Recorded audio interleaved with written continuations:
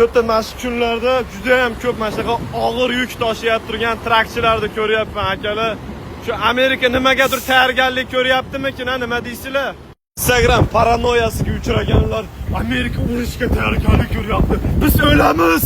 Hayron qolgan joyim akalar, trak sohasini Amerikada ham horami chiqib ketdi. Sababi Amerika bo'yicha eng arzon dizel sotadigan joylardan biridaman. Ya'ni bu yerda $2.90 sotilardi dizel. Hozir narxini qaranglar mana Zangorida. Nixuya ko'rinmayapti-yu. Kamerani orqa tarafidan ko'rsatsam ko'rinsa kerak. Ha mana $4.74 ga ko'tarilib ketdi. Pashti $2 ga akalar. Hayron qolgan joyim akalar, Iran bilan urushyapti Amerika, neft makoni u joy. Eng qizig'i, atiga Irandan 9% neftini sotib oladi. Xolos Amerika qolgan 91% ni o'zi ishlab chiqaradi, qayta ishlaydi, boshqa mamlakatlardan oladi. Nima uchun bunchalik narx ko'tarilib ketdi? 30-40% ko'tarilib ketdi. Buni yugurib chiqibdi, qaranglar. Xullas qisqa qilib aytganda akalar, o'sha traktor ishlashdan ham bir yaxshi foyda qolmayapti.